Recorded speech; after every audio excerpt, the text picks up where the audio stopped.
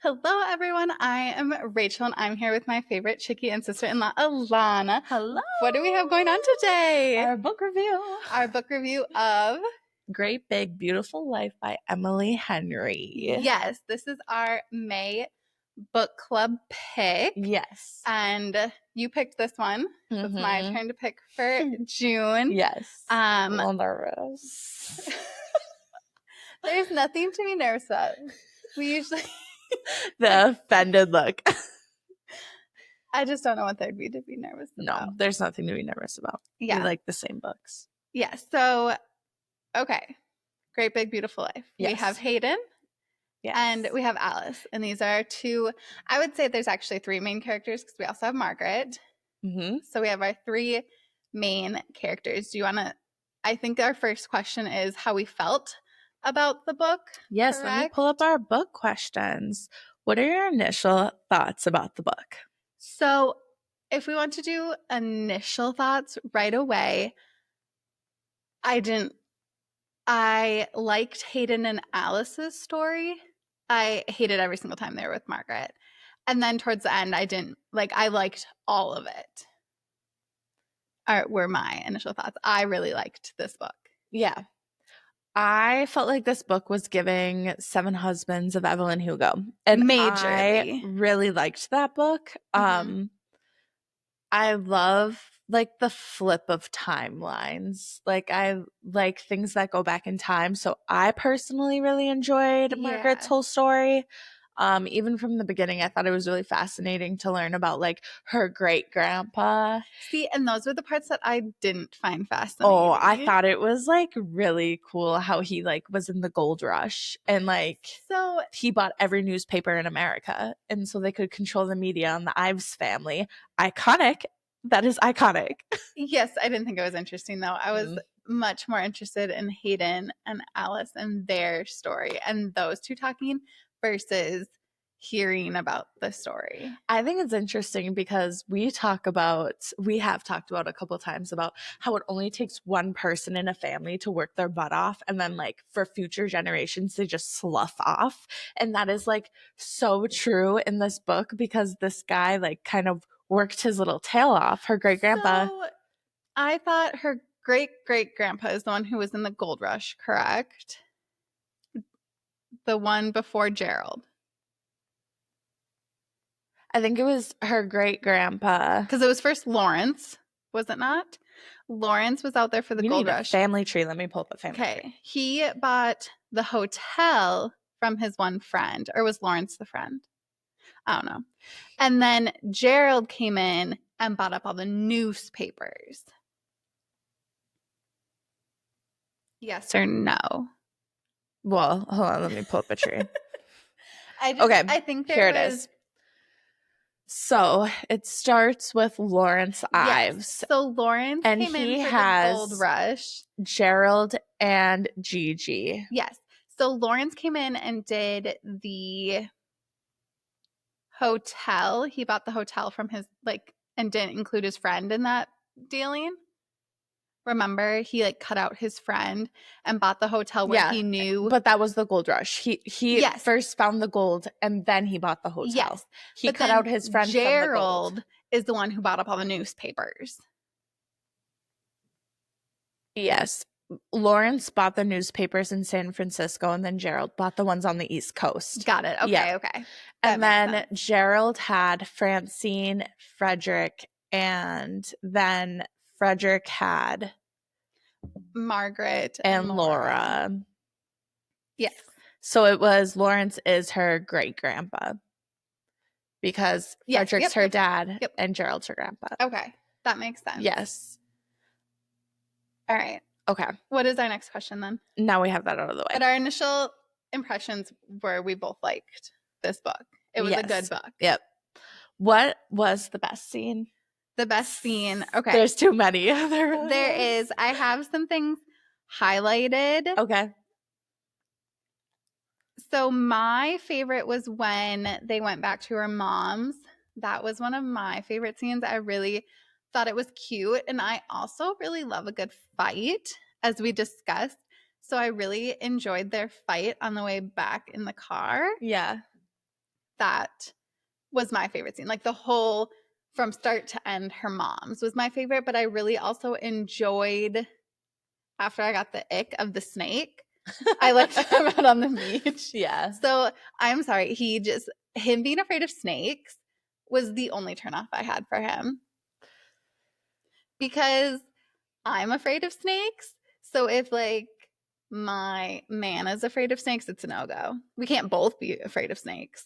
My husband is afraid of snakes because your whole family is afraid of snakes for some reason, even though we only have gardener snakes in this state. Do you want to hear a funny story about a snake and me and Ethan? Sure. Okay, so you know the garage at the lake, the big garage.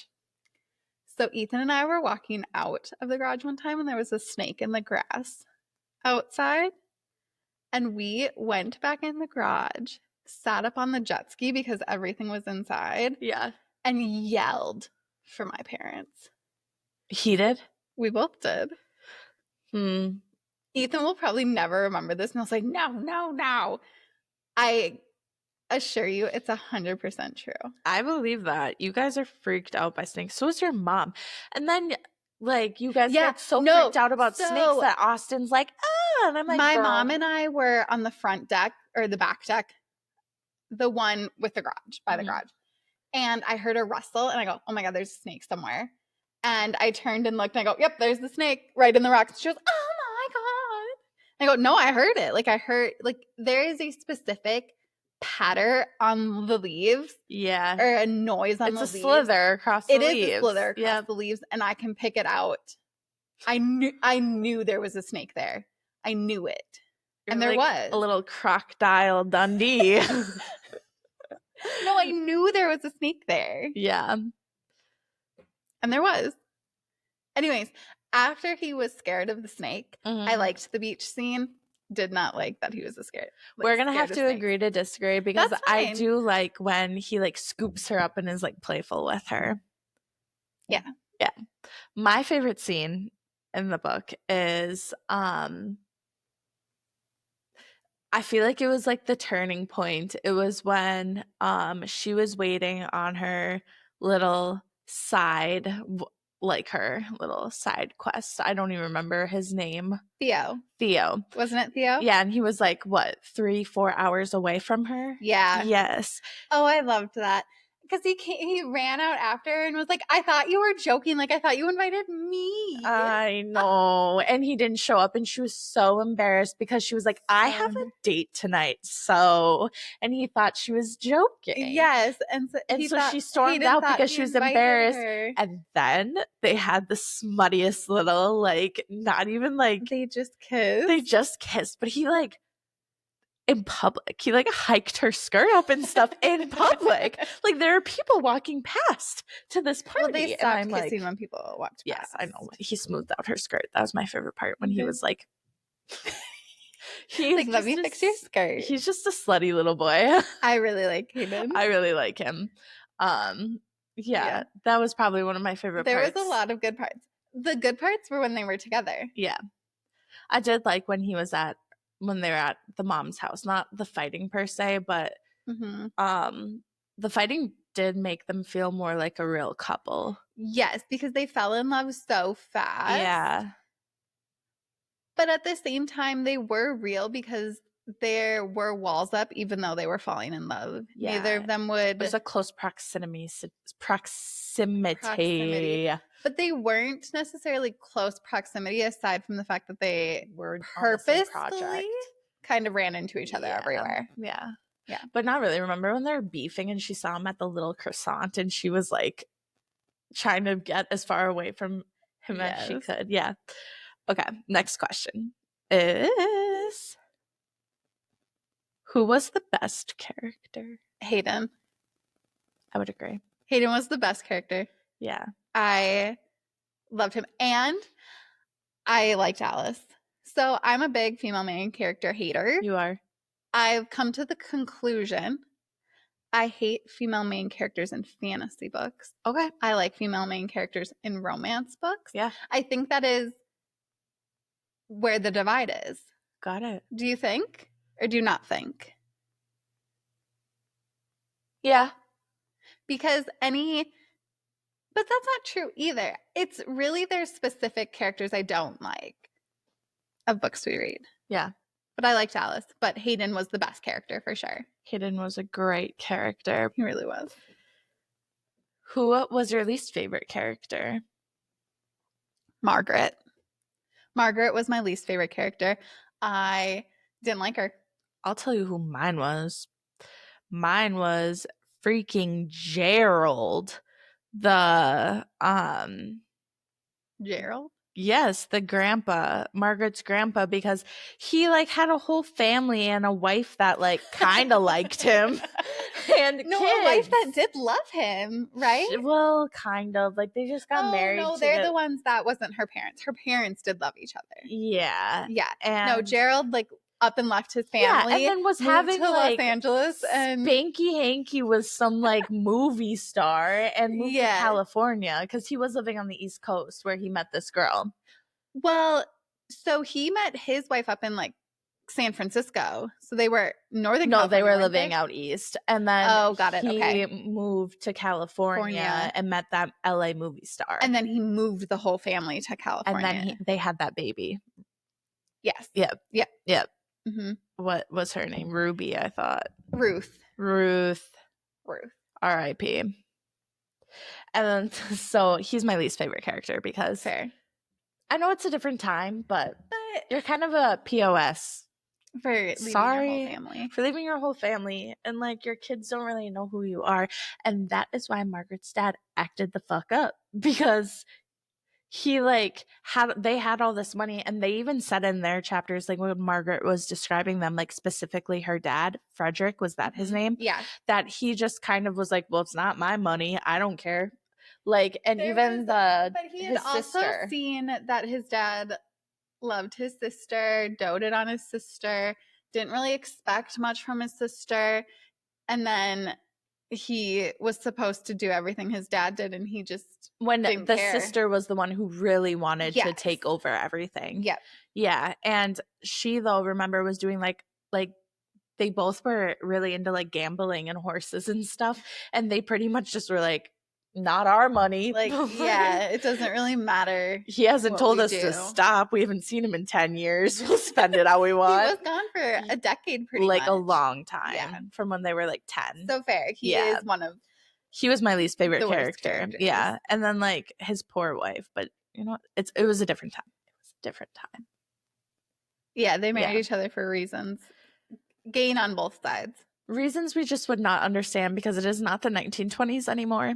And divorce is a thing. Yes, but she married him for money, and she came from money. Yeah, so yeah, basically a social status. Keep the monies in the families. Yeah, yeah, and divorce just wasn't a thing. No. Yeah, no. All right. Were there any other characters you would have liked to follow? So I would have loved a dual POV between Hayden and Alice. I know, and she doesn't do that, and I wish she would have. I would have loved Hayden's POV. So would I have. That is what, yes, 100%. If I could have had Hayden's POV, it would have made the book even better. Agreed. All right. Were there any plot twists that you loved, hated? The whole ending. I loved the whole ending. I loved that Jody was Laura's daughter. Yeah. I loved that Hayden's mom was Margaret's daughter. I loved every so sad little twist. Loved. And I loved that Jody's dad was the captain in the town. Yes. Yep. Yeah. I loved it. Anything you hated? I don't think there was anything. Hated is a strong word. I hated or disliked necessarily as far as twists go. No. Okay. I loved all the twists. I thought the twists were good. And I think I was on the right track most of the time. You were? You really analyzed this book? I did. Nitty gritty? I think where I was wrong was I thought maybe Alice's mom had some sort of connection in there, and Alice really had no connection. Okay, I thought that Alice was somehow related to Margaret, like the whole time. And then Because you find out that Margaret wasn't asking Hayden any questions. Yes. So I had texted you and I said, how old, like, how old is Hayden's mom and how old is Alice's mom? I chose to ignore you. Yeah, I know you did. Because you had already finished the book. Yes.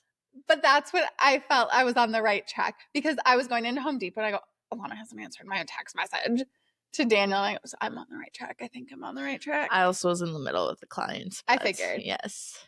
But also because Hayden and Alice were getting two very different experiences with Margaret, I knew something was different.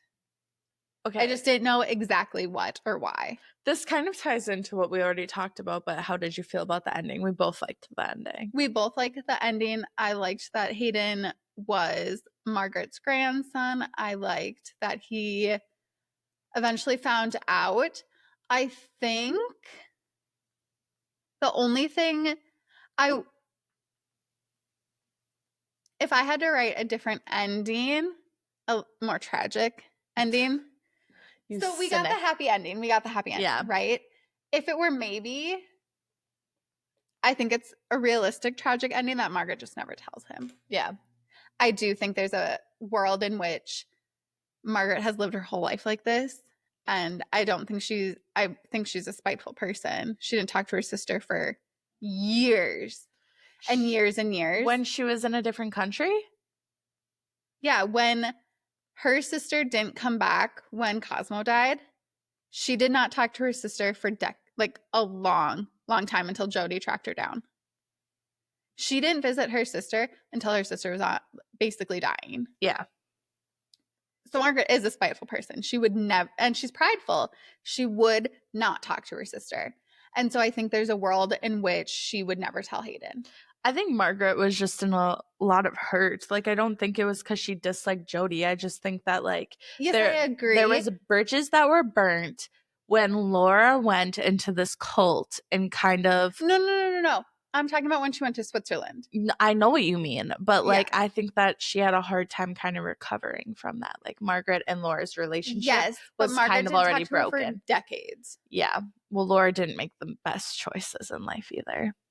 No, she didn't, but Margaret wouldn't talk to her. I probably wouldn't talk to my sister either if she went on the crazy train. Yeah, but she didn't. She was off the crazy train by then. She was in Switzerland with her husband, with her daughter. Her doctor. Her husband was her doctor. Her mental psychiatrist doctor. No, he was just a normal doctor. He was a family doctor. Family doctor. Yeah. Yeah, but they got married. They had a daughter. Yeah. She was not there for the wedding. She was not there for the birth of her niece. I don't think she was invited. They kind of went off to have their own life separated from their own family. Her parents went to the wedding. Sure. She was invited. Sure. She didn't go. Yeah. Was Cosmo dead by then? Yes. Yeah. She was grieving.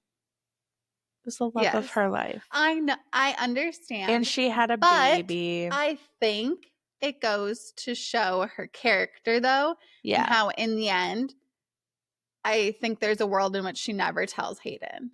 Yeah. And she takes it to her grave. Yes. I think there is. What was the question? How did you feel about that? Okay, I have to say that a part that I liked in the ending is when Alice bought the mosaic that was spelled Nicolette. Yes. And Hayden was like, "What is that?" And he goes, "I've never seen Nicolette you get that? spelled that way besides my mom's name." And then I go, "The wheels are turning." Oh my God. I said, I'm right. Yeah. It has something to do with it. I'm right. I was right. I was on the right track. I really enjoyed the ending, and I really liked how they ended up having a baby, and I liked how he banged on her mom's door and was like, "Is this true? Like what you wrote about me?" And how she wrote this letter to Margaret, and she basically was like, "Shame on you if you don't try to get to know him, because these are the reasons you should get to know him. You not telling him is basically me giving up the love of my life." She did say that. I have goosebumps right now. She did say that when she was like, "I'm like sacrificing like the rest of my life hinges on you telling him or not," pretty much. You should pull it up and find it, because that was like one of my favorites. Like what was said in the letter. It was good. He is, I think, the most wonderful person I've ever met. And in the interest of full disclosure, I have a personal stake in whether you tell him the truth or not, because I love him with every fiber of my being. Like, so sweet. So sweet. I loved it. And the way he was like, no questions asked. Like, she was like, I can't leave my mom. Like, I've decided, like, I need to be, like, I want this new start for me and my family and my life. And no questions asked. He was like, you're it for me. I guess I'll move to Atlanta. But that begs the question, did they live separated for a long time? Like, I also was confused. Well, no, because they had a baby a year later. Yeah, I know. But he was in Atlanta and she was at her mom's? Atlanta couldn't have been that far. Okay, yes. So that is my question of where her mom lives, because it made it seem like her mom lived out in the middle of nowhere. It did make it seem that. But they can have pizza delivered? Mom live in... Right? You can't have pizza delivered in the middle of nowhere. Or is that just a... Well, to be fair, Pelican Pizza delivers out to Tim and Sue. No, they don't. My dad goes and picks them up. They've delivered a couple times. Yeah, when we get wings. But, like, they have a hard time finding it sometimes. Got it. It just says a coastal town in Georgia. She doesn't live on the coast. Her mom doesn't live on the coast. They live far inland because, remember, after the storm, she called and said, we're too far in for that, so we were all good. Yeah, it says right here, though, in Emily Henry's Great Big Beautiful Life, Alice's mother lived in a coastal town in Georgia. Specifically mentioned as being near the beach and lake, but yeah, you're right. That's not true. No, because she lived further out. I don't think that's true.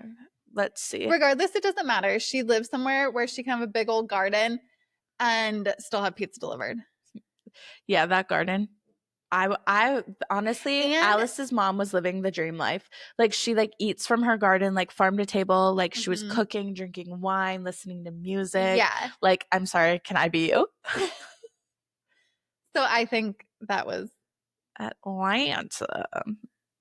How far is Atlanta from the coast? Then. So it says 75 miles. So just over an hour. He would have had to drive. Tim and Sue drive an hour to work every day. Yes, I know, but going to work and then driving an hour every day to see somebody is different than driving to work. Your parents do that every day. Yes, I know they do, but they spend 8 hours at work. And then say you worked 8 hours. But I suppose they're writers, so they only needed to go in when they were doing interviews and stuff like that. Yeah, and that's he true. Could write from home. Yes. Yeah. Yep.